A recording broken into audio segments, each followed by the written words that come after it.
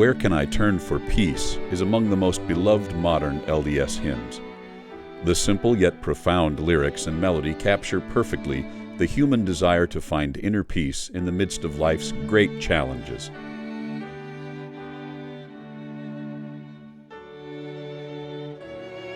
This hymn, that has provided hope and comfort to so many millions throughout the world, was created by composer Joleen Meredith and lyricist Emma Lou Thayne, for reasons both practical and personal. Well, years ago, Joleen and I were on the same committee of the General Board for the Young Women that was then known as the Mutual Improvement Association, which name I love. But we, every year, would put on what was called a June conference. People would come from all over the nation, all over the world really.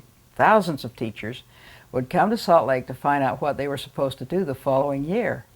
So we'd put on a splendiferous program for these people who came, and Joleen and I had written music for a program that we were to put on for the Laurel Committee. But time was running out, and we were very close to having to put on our production, and we didn't have a finale. And so one Saturday morning, we talked, and I said, Joleen, I've always wanted to write a hymn. And she said, so have I. So I said, I'll call you back in a little bit. So I went downstairs to our basement, where then we had 8 people living in our house. So I had only the storage room for a place to have my desk. And I was in the midst of camping equipment and hanging clothes and all kinds of things. But I sat there, and it was in the time when our oldest daughter was having a really wretched time that affected the whole family. It was in a time in the late 1960s when nobody knew anything about mental illness. And she was having this terrible episode of manic depression, now called bipolar. And we were baffled, bewildered, discouraged, anguished over what was going on. So I sat down at my desk, and in about an hour I wrote the 3 verses to the song, Where Can I Turn for Peace? Because I'd been asking that same question over and over again. So when I finished, I called Joleen, and she'll tell you about how she wrote the music. I remember that morning so well. Emma Lou called and said, I've written some words to this hymn, and I'd like to read them to you. I think this could be our hymn about peace. And she began to read the first verse, and I said, wait a minute. So I put the phone down and ran up to the music room, and in that room I had a phone with a very long curly cord. And so I said, just a moment. I got that phone off the hook, took the curly cord, walked over to the piano, and I said, okay, now say those words again to the first verse. And so she began saying, Where Can I Turn for Peace? And I remember thinking for a moment or two and saying, it sounds like this, and played a few notes on the piano. And then she said, started reading some the other stanzas and the other words, and some other music came, and we kind of went through the first verse. And really, I have to say in honesty, by the time, with just a few little pauses here and there, at the end of that, we had written a hymn. And while it was a spiritual experience to do this, some of that great spirituality and those experiences came later, because we lovingly called this for a long time our telephone hymn. After the first production with Where Can I Turn for Peace, which was in that June conference, the hymn sort of disappeared. And I think Joleen's son sang it at a funeral here and there or something like that, but it didn't have any real circulation at all. And then the new hymn book in 1985 came out, and the hymn appeared on page 129. And from then on, it's just, as we've said, just sort of had a life of its own.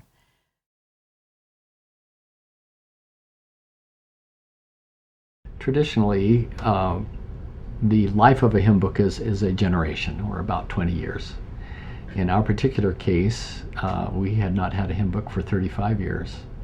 So the musicians of the church were very eager to have a new hymn book. There were many new wonderful hymns that had been written, not included in the book. And some of the other hymns were considered a little bit anachronistic, a little bit old-fashioned for a prior generation. And so we knocked on the door, we asked and kept being turned down. Then one day, the church leaders came to us and said, it's time for a hymn book. When word went out that we were looking for new hymns, we received in the office some 6,000 texts and tunes that could be considered. And it was important that every contribution be considered. I remember the hymn, Where Can I Turn for Peace, being published as a song for the young women. And so when the time came for us to consider new entries to the hymn book, that was put in the hopper along with many, many other hymns. And it came into final consideration. And then at one point someone on the committee said, I don't think this is a good hymn. I don't think we should use it because it asks a series of questions, and if you don't sing it to the end, then you never get the answer.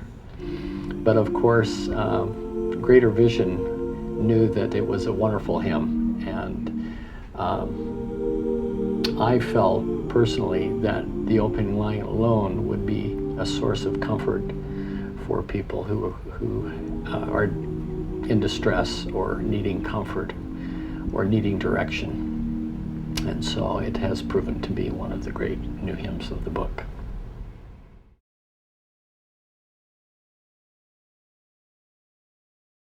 We retained the copyright to this hymn, and that's a whole other story, but we did. And so when others want to duplicate it or arrange it or put it into a songbook or arrange it for flute and violin or do a quartet or use the words in a publication or use the music in a collection of organ hymn preludes, they have to contact us. But it's been extremely interesting to have a Samoan quartet sing in their way of singing, a family from Branson singing as they do in Branson, Missouri. A man wrote me from England and wanted to do for the ukulele an arrangement and sent me that arrangement. We even have a soft jazz arrangement of the hymn. We have, of course, the Tabernacle Choir has sung our hymn, of which we're very pleased. Wonderful SATB arrangements of the hymn. And so part of the adventure has been all the variations of a theme.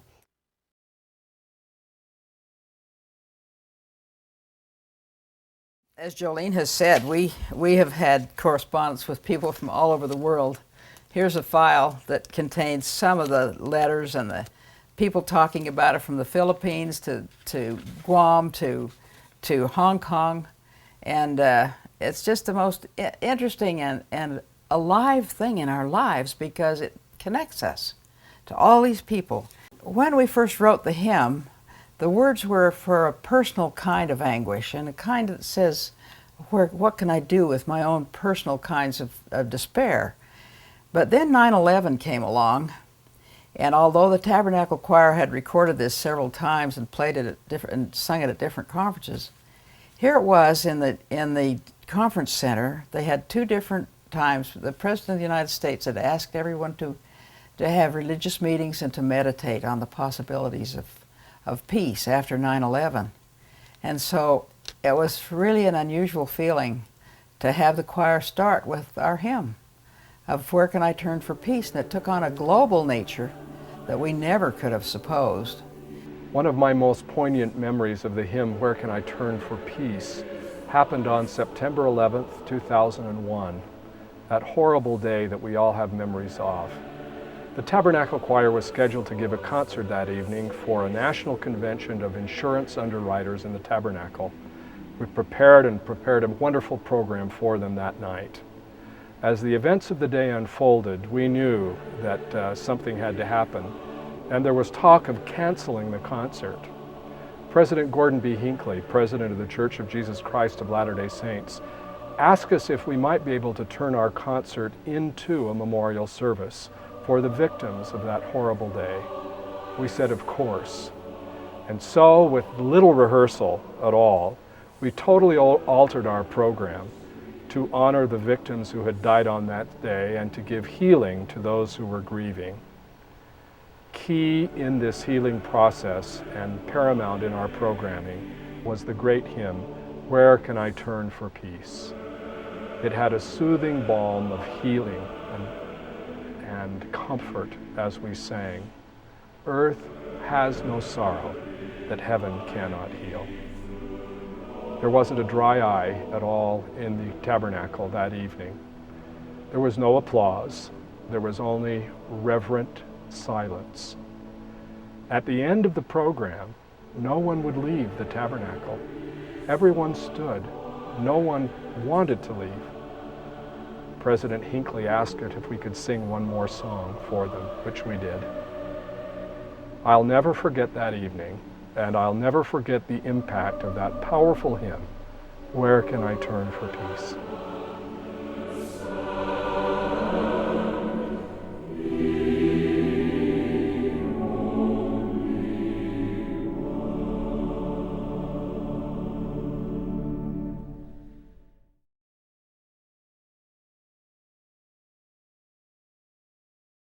Everybody in this life gets to a point of saying, where can I turn for peace? About one problem or another, a health or a death or something that comes up in our lives. And so this hymn, I think, because it talks about that and really has an answer, which of course is my testimony, that there's one place to turn, and that's been the story of the hymn. So I've had a lot of people say they have turned to the hymn for peace. I've been so pleased to be associated with Emma Lou because of the great poetess that she is. And it's been a good marriage of words and music. Both the words and the music have gone on to have lives of their own. And it's been an interesting adventure to follow this hymn, and we've been delighted to be part of it. Where can I turn for peace? Where is my solace? When other sources cease to make me whole. When with a wounded heart, anger or malice, I draw myself apart, searching my soul. Where when my aching grows, where when I languish, where in my need to know, where can I run? Where is the quiet hand to calm my anguish? Who can understand? He, only one. He answers privately, reaches my reaching, in my Gethsemane, Savior and friend. Gentle the peace he finds for my beseeching. Constant he is and kind, love without end. Thank you for everybody that sings that song.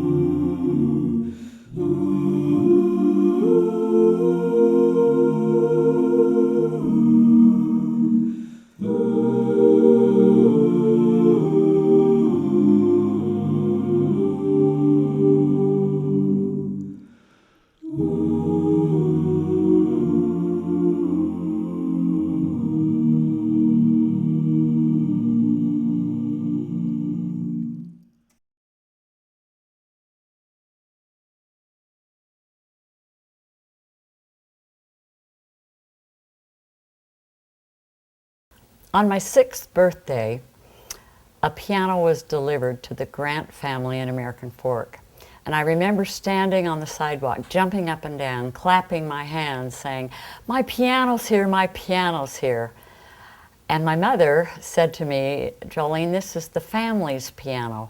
But I knew it was my piano because it was my birthday, and that began my love affair with the piano.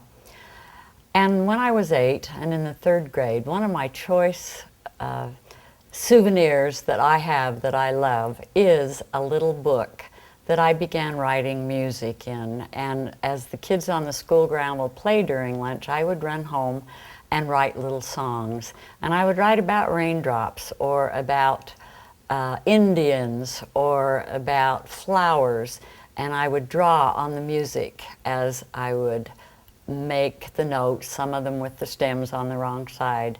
And this book is a treasure, but it shows how early that I liked to compose music. And then when I was married, first married in Salt Lake, I was teaching piano. And I decided it would be a good idea to write something for the piano. So I did, and I entitled it Crazy Calliope. And it was a piano piece about a circus calliope, and it breaks down, and when it is repaired, it's never quite right. And I remember, never will forget, the day that I received a check from Boston Music Company. They had agreed to publish my piece and sent me a check for $20. I took that check, ran out the door, and ran down to my neighbors and friends, knocked on the door, and said, "Look what I have. I have a published piece." When I moved to Federal Heights Ward in Salt Lake City, there was a sister there named Lois Brunt. And she and I began writing things together, and we became known as the Rogers and Hammerstein of the area. And the Primary General Board asked us to write their June conference programs. They used to have those in the Tabernacle, and all the sisters from all over the world would come to these programs, and they would introduce their new theme for the year. And we did that several times, and there was music and dialogue, and we had a great time doing this. And then the Relief Society asked us to also do this, the General Relief Society, and so we did a program similar to that for them down in the Tabernacle, and those were great memories and great years. When I was writing songs for the primary that were introducing their theme each year, I wrote a song that was one of my very favorites because it was the year they introduced the CTR ring. And now there are CTR every kinds of things, but at that time it was just introduced as a CTR ring. And so the song was "I've Got a Ring on My Finger."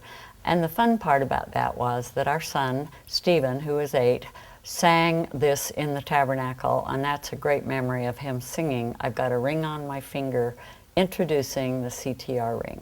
But right about this time I was called to serve on the Young Women's General Board, and I thought how odd it was to be called to the Young Women's Board when I had been just working with both the Relief Society and the primary boards. But at that time I was assigned to the Laurel Committee, and of course that's when Emma Lou and I got together on the Laurel Committee, and we wrote the hymn "Where Can I Turn for Peace" as a result of working together on that Laurel Committee. I named the hymn tune Grant in the new hymn book because of my grandfather, William Grant, who was a musician who came from England, baptized a new member of the church, and came to Salt Lake. And Brigham Young asked him to go down to American Fork because they needed music there. And he did so and organized many choirs and a brass band. And he was a great man, and so I thought it appropriate to name the tune Grant.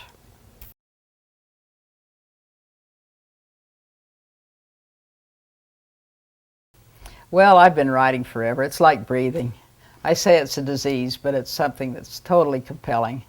And I really don't feel that a day or a week or a year has been really lived until I write down whatever is pestering my head. So I started long years ago, and for years I was poet laureate for the MIA and for the PTA, and for every occasion that came along I was on assemblies in high school and college, and just always that was part of being. And then I was teaching at the university during those years when I taught just one class a quarter, which was really fun for me in English at the U. And then I decided when our youngest daughter started school that I'd go back and get another degree because I was teaching very illegitimately on a BA. Because I started after the war when all the boys came back and the campus swelled up and they needed teachers, so they got people like me. But anyhow, then I went back and everything changed for me. I had as a chairman Henry Taylor, who was a young man from American University here only for a couple of years, but I was lucky enough to have him as my chairman. He won a Pulitzer just a few years later. But he was 28 and I was 46. But he really, I thought, oh, when I need an assignment, I'll just pull out some poems from that. I've been writing poems forever. And oh boy, did he ever teach me that what I'd been writing was not exactly the kind of thing that was going to be really worthwhile for a big audience. And so he'd cut off my last stanza, especially he said if I was writing about my family, that it was like doing the breaststroke through a bucket of honey. I was so sweet. So he'd cut off the last stanza and make me trust my audience. He said, it's like a joke. You don't explain in a poem. You just tell and make it, and show and make it happen so the reader catches on. Anyhow, that changed everything, and my first book was my thesis for that degree, called Spaces in the Sage, and that's been now 30 years ago, and it was about the same time as Joleen and I were writing this article. And since then, I've had a lot of books and a lot of different kinds of experiences to write about. I've traveled the world and written about that, and it's just been a glorious way to live. And for young writers that I talk to, and I talk to them all the time, I say, do it. Take up this vocation. You don't have to retire. You can do it at your own time, which for me is between 11 and 3 in the morning often. But do it, because it just provides you with a wonderful, wonderful array of people, places, incidents. My new book that will be coming out at Christmas time is about a spiritual autobiography, which writing has provided for me. I had a death experience a few years ago, and it starts with that. But part of that autobiography has certainly been this hymn that's been just an integral part now of everything that I think and do and am. And I appreciate being part of this to talk about it. Several years ago, our daughter Becky, who'd been suffering the mental illness that we talked about when we'd written our hymn, called me and said, Mother, I want to write my story because I've been working with young women who've had the same problem, and we find that their mothers suffer just as much or more than they do. And so I'd like us to write it together. And of course, she'd not written a book. She's our stained glass artist. But she has been well now for all of these years, thanks to medications and a fine doctor and the love and of a family and of Christ. And so we wrote the book, Hope and Recovery, which came out in paperback. It was published first in New York and came out in paperback 5 years ago. But in this book, we wanted to include the song, Where Can I Turn for Peace, because it had played a major role in our healing, all of us. And so we included it in the manuscript, and our New York publisher said, no, we can't include that, it's too religious. And we said, well, it needs to be in the book because it played a major role. And it's been interesting that ever since it's been in the book, other denominations have picked it up and used it and sung it, and it's been a factor in the healing, I think, of people with the kind of thing that we've gotten so well acquainted with that mental illness, that there is a way to have hope and recovery, and we've been happy to be part of that message.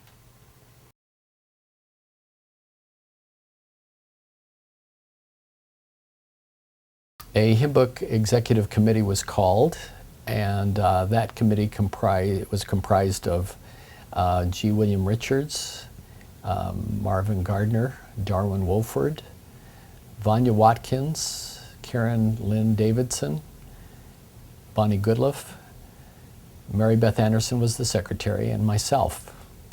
And beyond that, there were many committees, there were many groups of people working on different aspects of the hymn book. There had been a hymn book committee working prior to the calling of this particular committee, who had done a tremendous amount of work in laying the foundation for this hymn book. The hymn book took the process took a lot longer than we thought it would. We met at least weekly, and many people were working very hard. This is, as far as I know, the first hymn book that was ever typeset by a computer. They used music engraving techniques, old-fashioned engraving techniques prior to this. And so we were blazing new trails, and actually the people working to typeset the material could not look at a screen and see what they were doing, but they were inputting numerical equivalents in order to get the musical notation. So it was very complex, very difficult, and time-consuming, and we had to go back and revise quite a bit. But I felt that many people, I think the Lord brought many people with their specific talents to accomplish this work, which is, after all, an important work. We had waited a long time for the opportunity to do a book, and once the invitation was given, we were given a very tight deadline. And in fact, at one point, we were told that the hymn book should be out by, quote, April conference. We weren't sure which year, but the typesetting department, feeling the pressure and always good for a joke, took the hymn "We Are All Enlisted Till the Conflict Is Over" and typed the title, entitled it "We Are All Inflicted Till the Conference Is Over." The new hymn book, in addition to the existing hymns, had three sources of new hymns. One was children's songs that had not heretofore been included in the hymn book. One was hymns that we would call borrowed from other denominations, and then there were the newly created hymns. If I'm remembering right, there are about 90 new, I think, Latter-day Saint hymns, maybe just new hymns, period. I'm not sure. And so that would be about a fourth of the book.